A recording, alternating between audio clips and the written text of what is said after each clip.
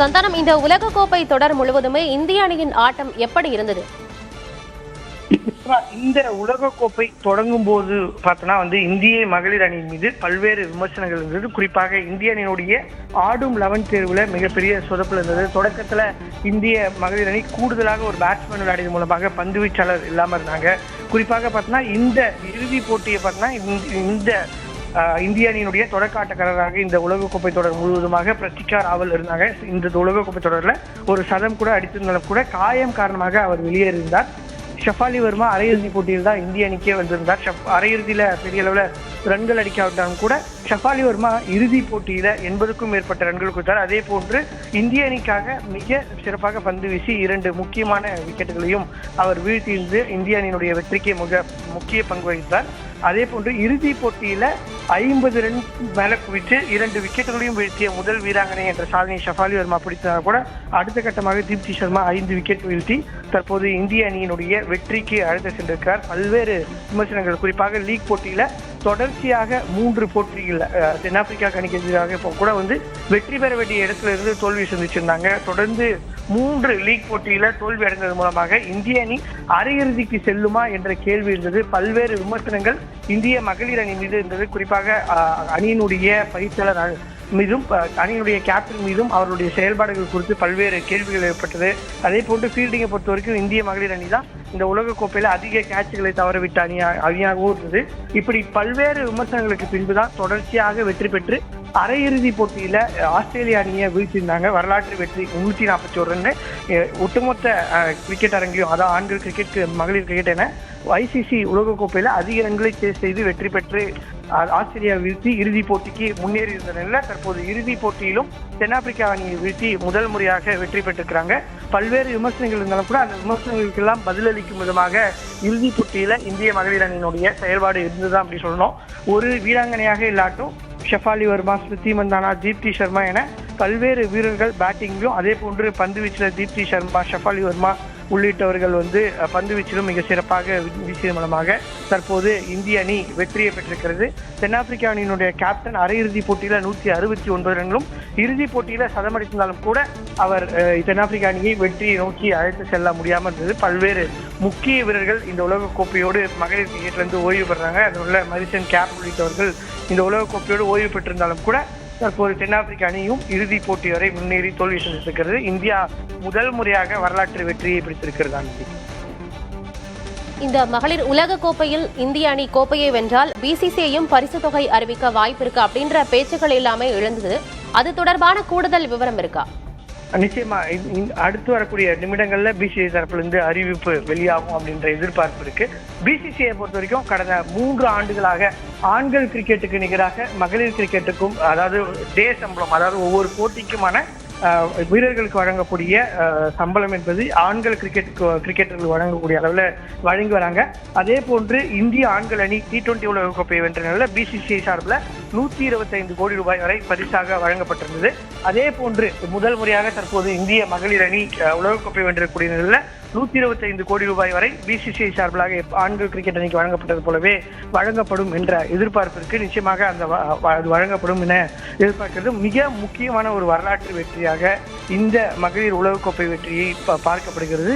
குறிப்பாக இந்தியா ஆண்கள் அணிக்கு எப்படி 1983 கபில் தேவனுடைய வெற்றியும், அதே போன்று 2007 தோனியினுடைய வெற்றிக்கு பின்பு பல்வேறு மாற்றங்கள் ஏற்பட்டதோ அதே போன்று இந்தியாவுடைய இளம் வீராங்கனைகள் கிரிக்கெட்டை நோக்கி நகர்வதற்கான முக்கிய தளமாக இந்த உலகக்கோப்பை இருக்கும் அப்படின்னு பார்க்கப்பட்டது. அதனுடைய எடுத்துக்காட்டாக தான் நவி மும்பையில் இன்று நடைபெற்ற போட்டியில 50,000க்கும் மேற்பட்ட ரசிகர்கள் நேரடியாக மைதானத்தில் முழுவதுமாக இருந்து போட்டியை பார்த்திருக்கிறாங்க. ஏற்கனவே 2017 ஆஸ்திரேலியா நடைபெற்ற போது SCG மைதானத்தில் 70,000க்கும் மேற்பட்ட ரசிகர்கள் போட்டியை பார்த்தாங்க. எனவே மகளிர் கிரிக்கெட் அடுத்த கட்டத்திற்கு நகர வேண்டும் என்றால் ஒரு மிகப்பெரிய வெற்றி இந்திய மகளிர் அணிக்கு தேவைப்பட்டிருந்தது.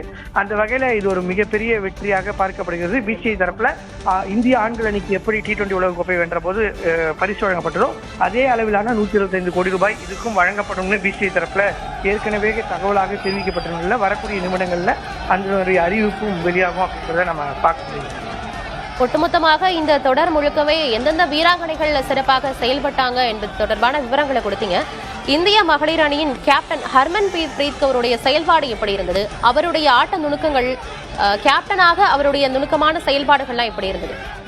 நிச்சயமா ஹர்மன்பிரீத் கவுரை பொறுத்த வரைக்கும் இந்த தொடர் முழுவதும் தொடர்ந்து இந்திய அணி தோல்வி சந்தித்த போது பல்வேறு விமர்சனங்கள் இருந்தது. குறிப்பாக அவர் பந்து வீச்சாளர்ல பயன்படுத்தக்கூடிய விதங்கள் மூலம் காரணமாக தான் இந்திய அணி தோல்வியை சந்திக்குது அப்படின்ற விமர்சனங்கள் இருந்தது. பேட்ஸ்மேனாகவும் அவர் பெரிய அளவில் ரன்கள் குவிக்கல அப்படின்ற விமர்சனங்கள் இருந்தது. இருப்பினும் கூட அரையிறுதி போட்டியில மிக முக்கியமான போட்டியில அவருடைய பேட்டிங் சிறப்பாக இருந்தது. இன்றைய போட்டியில மிக முக்கியமான தருணம் என்றால் ஷெஃபாலி வர்மா அவர் ஒரு தொடக்க ஆட்டக்காரர் வீராங்கனை மட்டும்தான். இருப்பினும் கூட அவருக்கு பந்து வீச்சை கொடுத்திருந்தார். அவர் முக்கியமான சமயத்துல மரிசன் கேப் தென்னாப்பிரிக்காவுடைய அதிரடி வீராங்கனை, அனுபவம் வாய்ந்த வீராங்கனையை விக்கெட் எடுத்தது மட்டும் இல்லாமல் 2 முக்கியமான விக்கெட்டுகளை ஹர்மன்பிரீத் கவுர் இன்றைய போட்டியில ஷெஃபாலி வர்மாவுக்கு பந்து வீச்சை கொடுத்தது மூலமாக அவர் விக்கெட் எடுத்திருந்தார். அதே போன்று இந்திய அணி மாற்றங்களை பொறுத்த வரைக்கும் காயம் காரணமாக நடைபெற்றது அப்படின்னு பார்க்கலாம். இப்போ ஜெமிமா ராட்ரிகஸ் அரையிறுதி போட்டியில 3வது இடத்துல விளையாடுறது காரணம் ஹர்லின் டியோலுக்கு ஏற்பட்ட காயம் காரணமாகவும், அதே போன்று பிரத்திகா ராவலுக்கு ஏற்பட்ட காயம் காரணமாகும் 6 பந்து வீச்சாளர் விளையாடணும் அப்படின்ற நோக்கத்தோடு நடத்தப்பட்ட மாற்றங்கள் இந்திய அணிக்கு சாதகமாக கொண்டிருக்குது. அதாவது ஒரு வீரர்களுக்கு காயம் ஏற்படுவது எந்த ஒரு விதத்திலையும் சரியாக இருக்காட்டும் கூட இந்திய அணியை பொறுத்த வரைக்கும் வீரர்களுடைய காயங்கள் இந்திய அணிக்கு மாற்றமாக இருந்தது. ஆனால் இறுதி போட்டி வரையும் ஹர்மன்பிரீத் கவுருடைய ஃபீல்டிங் இந்திய அணி வீரர்களை வழி நடத்தியது மிக சிறப்பாக இருந்ததாக சொல்ல முடியும். குறிப்பாக ஷெஃபாலி வர்மாவை யாரும் எதிர்பார்க்காத தருணத்தில் ஹர்மன்பிரீத் கவுரே இந்த உலகக்கோப்பையில் பல்வேறு இடங்கள்ல பந்து வீசியிருந்தார். இருப்பினும் கூட அவர் வீசாமல் ஷெஃபாலி வர்மாவுக்கு பந்து வீசி கொடுத்தது, அதன் மூலமாக ஷெஃபாலி வர்மா எடுத்த 2 விக்கெட் இந்திய அணியினுடைய வெற்றிக்கு மிக முக்கியமானது. அந்த வகையில் ஹர்மன்பிரீத் கவுருடைய வெற்றி மிக முக்கியமானது. குறிப்பாக இந்த உலகக்கோப்பையில் ஒரு பேட்ஸ்மேனாக ஹர்மன்பிரீத் கவுர் ஜொலிக்காவிட்டாலும் கூட தொடர்ச்சியாக 2009ஆம் ஆண்டு காலம் மட்டும், அதாவது தற்போது இந்தியனுடைய மகளிர் அணிக்கு பல்வேறு வாய்ப்புகள் இருந்தாலும் கூட 2009 மிகப்பெரிய வாய்ப்புகள் இல்லாத காலகட்டத்திலிருந்து அவர் இந்திய அணிக்காக தொடர்ச்சியாக விளையாடுகிறார். 2017 அவர் ஆஸ்திரேலிய அணிக்கு எதிராக அடித்த 171 ரன் மூலமாக தான் இரண்டாவது முறையா நம்ம இறுதி போட்டிக்கு முன்னேறி இருந்தோம். அந்த வகையில பல்வேறு சாதனைகளை தொடர்ச்சியாக இந்திய அணிக்காக விளையாடி தற்போது இளம் வீராங்கனைகளுக்கும் வழி நடத்தி வரக்கூடிய ஹர்மன்பிரீத் கவுர் தற்போது முதல் முறையாக இந்திய அணியை மகளிர் அணியை உலகக்கோப்பையை வென்று கொடுத்த முதல் கேப்டன் என்ற சாதனையை படைத்திருக்கிறார். அதே போன்று ஸ்மிருதி மந்தானா இந்திய அணிக்காக இந்த உலகக்கோப்பையில அதிக ரன்கள் குவித்த வீராங்கனையாக இருக்காங்க. 400க்கும் மேற்பட்ட ரன்களை அவங்க குவிச்சிருக்காங்க. ஒட்டுமொத்தமாக இந்த தொடரில் 2வது அதிகபட்ச ரன் குவித்த வீராங்கனையா ஸ்மிருதி மந்தானா இருக்காங்க. இந்த இறுதிப் போட்டியில கூட 49க்கும் மேற்பட்ட ரன்களை குவிச்சு இந்திய அணியினுடைய தொடக்கம் சிறப்பாக அமைவதற்கு சிறப்பாக தாங்க. இப்படி ஒவ்வொரு வீரர்களும் பல்வேறு சமயங்களில் சிறப்பாக செயல்பட்டதன் மூலமாக ஒரு குழுவாக செயல்பட்டதன் மூலமாக குறிப்பாக அரையிறுதி போட்டியில் ஜெமிமா ராட்ரிகஸ், ஹர்மன்பிரீத் கவுருடைய பேட்டிங்காக இருக்கட்டும், இறுதி போட்டி ஷெஃபாலி வர்மா, ஸ்மிருதி மந்தானா, தீப்தி சர்மா என எல்லோருமே இணைந்து விளையாடின் மூலமாக தற்போது முதல் முறையாக ஒரு வரலாற்று பேட்டியை இந்திய அணியை பிடித்திருக்கிறது.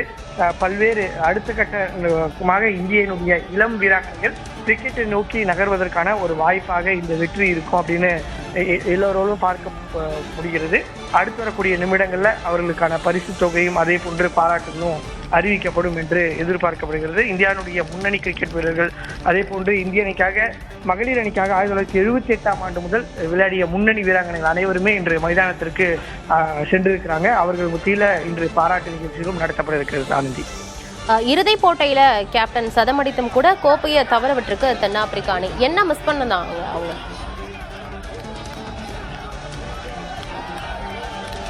நிச்சயமாக ஆனந்தி, இப்போ லாரா வோல்ஃபோர்ட்டை பொறுத்த வரைக்கும் சர்வதேச தளத்துல அவருடைய இடம் என்பது மிகப்பெரிய இடத்தை நோக்கி, அதாவது உலக அளவிலேயே மிக சிறந்த பேட்டிங் செய்யக்கூடிய வீராங்கனை என்ற இடத்தை நோக்கி அவர் நகர்வதற்கான அதிக வாய்ப்புகள் இருக்கிறது. தற்போது தான் அவருக்கு வயது என்பது 26. எனவே அடுத்து வரக்கூடிய 6 அல்லது 7 ஆண்டுகள் தொடர்ச்சியாக அவர் விளையாடுவதற்கான வாய்ப்பு இருக்கு. இருப்பினும் கூட அவர் தொடர்ந்து சிறப்பாக விளையாடுகிறார். தற்போது உலகக்கோப்பையை வென்றிருக்கக்கூடிய இந்திய மகளிர் அணிக்கு பிரதமர் நரேந்திர மோடி வாழ்த்து தெரிவித்திருக்கிறார். அதையும் நம்ம பார்க்கிறோம். தொடர்ச்சியாக இந்தியாவில் இருக்கக்கூடிய பல்வேறு தலைவர்களும் இந்திய மகளிர் அணிக்கு வாழ்த்துக்களை சொல்ல தொடங்கி இருக்கிறாங்க.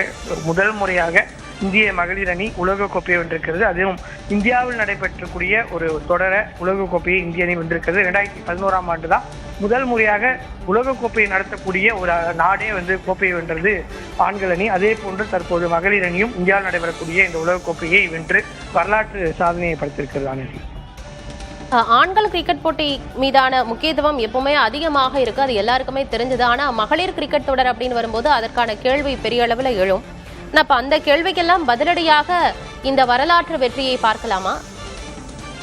நிச்சயமா இந்தியாவை பொறுத்த வரைக்கும் மகளிர் கிரிக்கெட்டுக்கான வாய்ப்புகளை தொடர்ச்சியாக பிசிசிஐ சார்பில் ஏற்படுத்தியிருக்கிறாங்க. அதன் ஒரு பக்கமாக தான் ஐபிஎல் போன்று WPL என்பது தொடர் என்பது தொடங்கப்பட்டிருந்தது. தற்போது 5 அணிகள் இருக்குது. கூடுதல் அணியை பொறுத்த வரைக்கும் இந்தியாவுடைய வீராங்கனைகள் எண்ணிக்கை அதிகரிக்கும் பட்சத்தில் அந்த IPL தொடரையும் WPL தொடரையும் விரிவாக்குவதற்கான வாய்ப்பு இருக்கு. அதே போன்று கடந்த 3 ஆண்டுகளுக்கு மேலாக பிசிசிஐ தரப்புல ஆண் வீரர்களுக்கு வழங்கக்கூடிய அளவில் மேட்ச் டே சேலரி மட்டும் வழங்கியிருக்காங்க. அதாவது ஆண்டுக்கான வருமானம் என்பது வெவ்வேறாக இருந்தாலும் கூட ஒரு நாள் போட்டியில் விளையாடினா 7 லட்சம் ரூபாய் என ஒரு வீரர்களுக்கு சம்பளமாக நியமிக்கிறது. அப்படி ஆண்கள் கிரிக்கெட்டுக்கும் பெண்கள் கிரிக்கெட்டுக்குமான வாய்ப்புகள் என்று வழங்கப்பட்டு வருகிறது.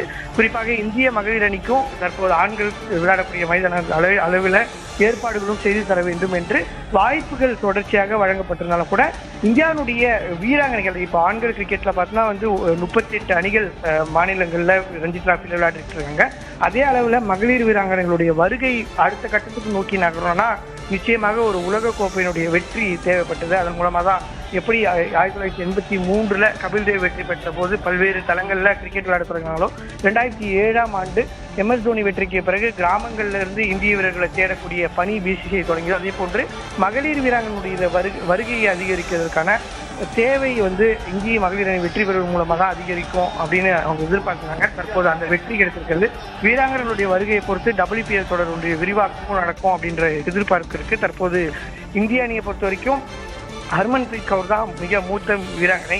இந்த தொடர் முழுவதுமாக ஸ்ரீ சராணி ஆந்திர பிரதேச மாநிலத்தை சார்ந்த 21 வயதே ஆன வீராங்கனை நேரடியாக உலகக்கோப்பை தொடருக்கு தேர்வு செய்யப்பட்டிருந்தார். அவர் அதிக விக்கெட்டுகளையும் 13க்கும் மேற்பட்ட விக்கெட்டுகளை வீழ்த்திருக்கிறார். இப்படி பல்வேறு இளம் வீராங்கனுடைய வருகை இந்திய மகளிர் அணியை வலுப்படுத்தியிருக்கிறது. தொடர்ச்சியாக இந்த உலகக்கோப்பை மூலமாக வீராங்கனுடைய வருகை அதிகரிக்கும். அப்படி ஒரு வரலாற்று வெற்றியை இந்திய மகளிர் அணி தற்போது பெற்றிருக்கிறாங்க. அருந்தி அரையிறுதியில இந்திய அணி வெற்றி பெற முக்கிய காரணமாக இருந்தவர்கள்ல ஒருத்தர் ஜெமிமா ரோட்ரிக்ஸும் கூட.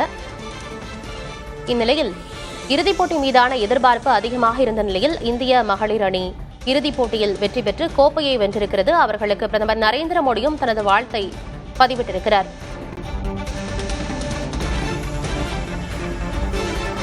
உலகக்கோப்பை முழு தொடரிலும் இந்திய வீரர்களின் ஒருமித்த ஒத்துழைப்பு சிறப்பாக பிரதிபலித்ததாக பிரதமர் நரேந்திர மோடி வீராங்கனைகளுக்கு வாழ்த்து பதிவை இட்டிருக்கிறார். எதிர்கால பெண் வீராங்கனைகளுக்கு ஊக்கம் தரும் வெற்றியை நிகழ்த்தியிருக்கிறது இந்திய மகளிர் அணி என்று உலக கோப்பையை வென்ற இந்திய மகளிர் அணிக்கு பிரதமர் நரேந்திர மோடி தனது வாழ்த்துக்களை தெரிவித்திருக்கிறார்.